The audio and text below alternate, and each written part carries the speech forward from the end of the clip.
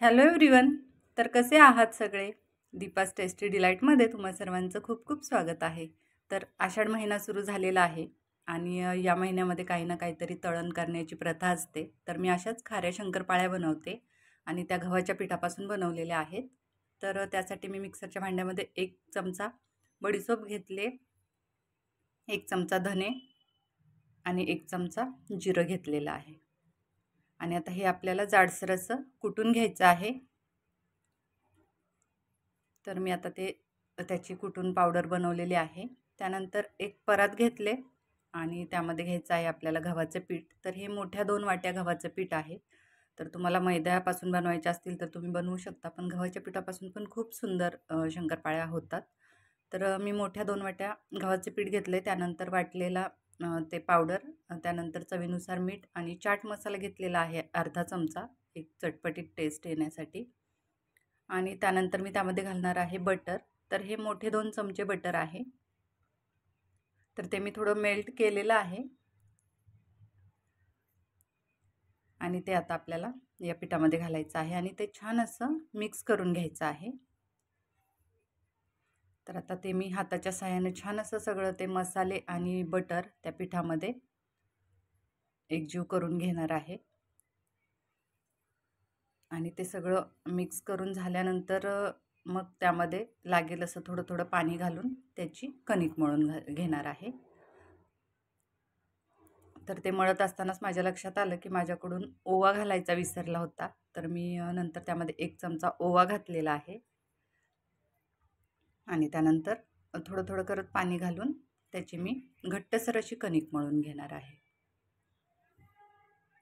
तर ही कणिक आपल्याला छान अशी अगदी मळून मळून घ्यायची आहे. जेवढी आपण ती मळून घेऊ तेवढ्या आपल्या शंकरपाळ्या अगदी खुसखुशीत अशा होणार आहेत.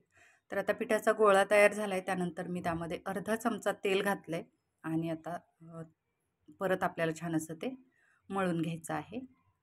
तर अगदी पीठ मऊ होईपर्यंत आपल्याला ती कणिक मळून घ्यायची आहे. तर आता बघू शकता त्याचा छान असा गोळा तयार झालेला आहे कणकेचा. आणि आता हा मी अर्धा तास झाकून ठेवला आहे आणि त्यानंतर मी त्याच्या शंकरपाळ्या करायला घेतलेत. तर चपातीच्या पिठाप्रमाणे मी त्याचा गोळा घेतलेला आहे मोठा आणि त्याची आता आपल्याला एक चपाती लाटून घ्यायची आहे. त्यानंतर त्यावर थोडंसं तेल लावायचे, वरून थोडंसं कोरडं पीठ भुरभुरवायचे आणि त्याला असं आपल्याला फोल्ड द्यायचे आहेत. तर असं केल्यानं काय होतं की त्याला छान असे शंकरपाळीला पडदे सुटतात आणि खुसखुशीत होतात एकदम.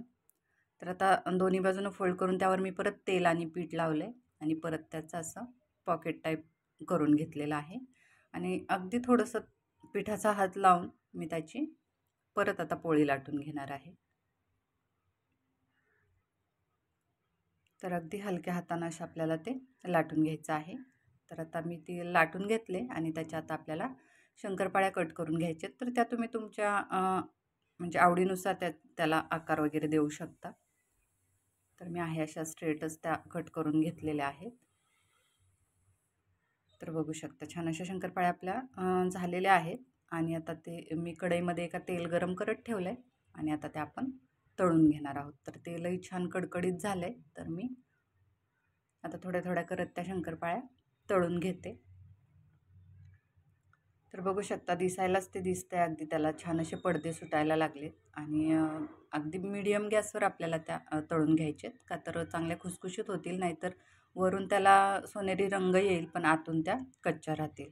तर असं झाऱ्याच्या साह्यानं मी हलवत अशा त्या छान अशा तळून घेतले. तर बघू शकता आपल्या या शंकरपाळ्या रेडी झालेल्या आहेत. तर या गव्हाच्या पिठाच्या खाऱ्या शंकरपाळ्या याची रेसिपी तुम्हाला कशी वाटली ते मला नक्की सांगा. तसेच आपल्या चॅनलला कनेक्टेड राहा.